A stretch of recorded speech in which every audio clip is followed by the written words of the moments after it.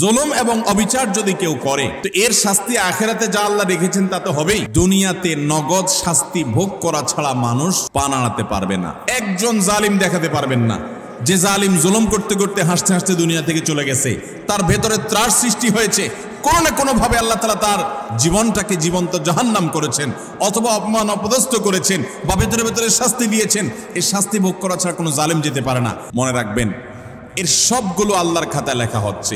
একটি পাপ এমন নাই, একটি জুলুম নাই যে জুলুম আল্লাহর খাতায় লেখা হচ্ছে না। নবী করিম সাল্লাল্লাহু আলাইহি ওয়াসাল্লাম সেজন্য বলেছেন, সেদিন আসার আগে নিজেদের এই সকল মামলাগুলোকে নিষ্পত্তি করে ফেলো, মানুষের অধিকারগুলো দিয়ে ফেলো, যাদের প্রতি জুলুম করেছ মাপ চেয়ে সেগুলোকে ক্ষমা চেয়ে সবগুলোকে চূড়ান্তভাবে নিষ্পত্তি করে ফেলো। যেদিন এগুলোর বিচার যখন আল্লাহ শুরু করবেন তখন কাউকে ছাড় দিবেন না। নবী সাল্লাল্লাহু আলাইহি ওয়াসাল্লাম বলেছেন, আতাদরুনা মানিল মুফলিস, তোমরা কি জানো সবচেয়ে বড় ভিখারিকে, অভাবীকে? সাহাবীরা বলেছেন, আল মুফলিসু ফিনা মান লা দিনারা ওয়ালা দিরহামা। হে আল্লাহর রাসূল, আমাদের মধ্যে যার টাকা পয়সা নাই সেই তো অভাবী, আমরা জানি।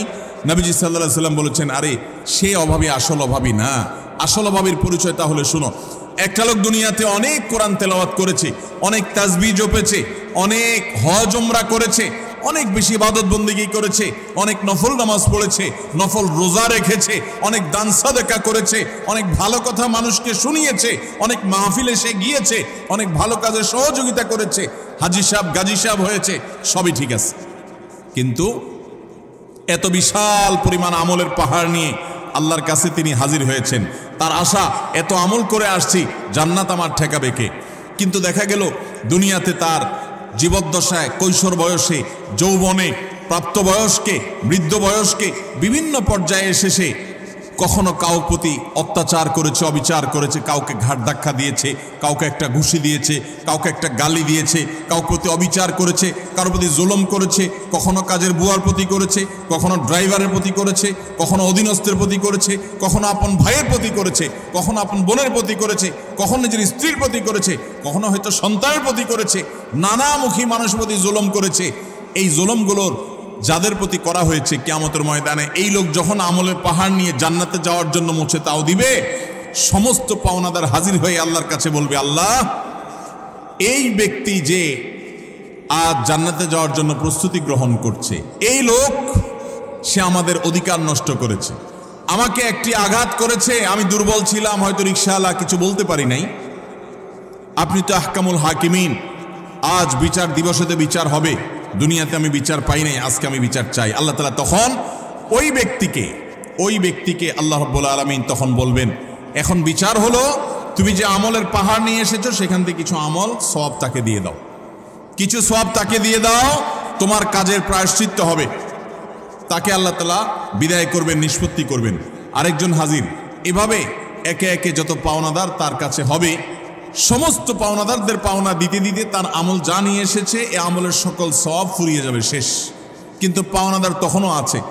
এবার পাওনাদারদের পাওনা নিষ্পত্তি করবার জন্য আল্লাহ তাআলা পাওনাদারদের পাপের বোঝা তার মাথায় একটু একটু করে, তার অপরাধের অনুপাত হারে আল্লাহ তাআলা দিতে দিতে পাপের বোঝা মাথায় নিয়ে, আমল তো সওয়াব তো এর আগেই শেষ পাওনাদারকে দিয়ে, এবার পাওনাদারদের পাপের বোঝা মাথায় নিয়ে সে জাহান্নামে নিক্ষিপ্ত হবে।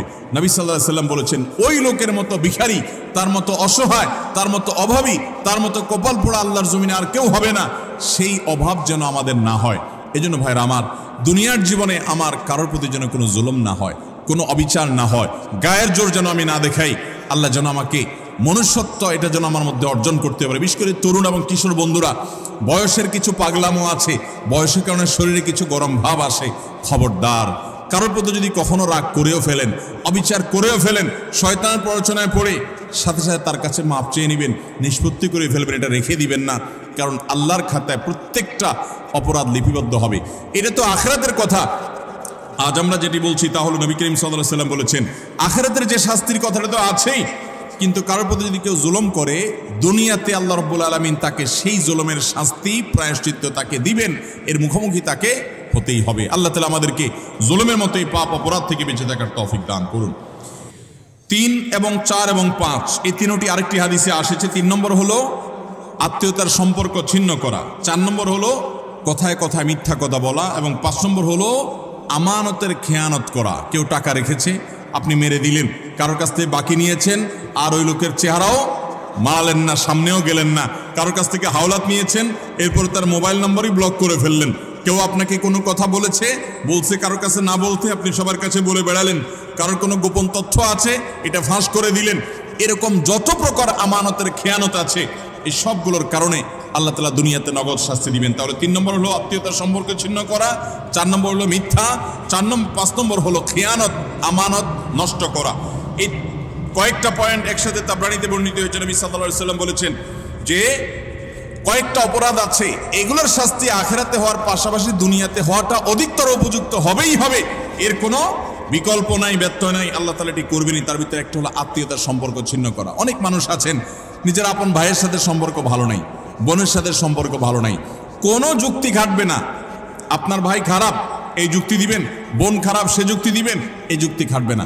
সে খারাপ, আপনি তো খারাপ হবেন না, আপনাকে তো ভালো হতে হবে।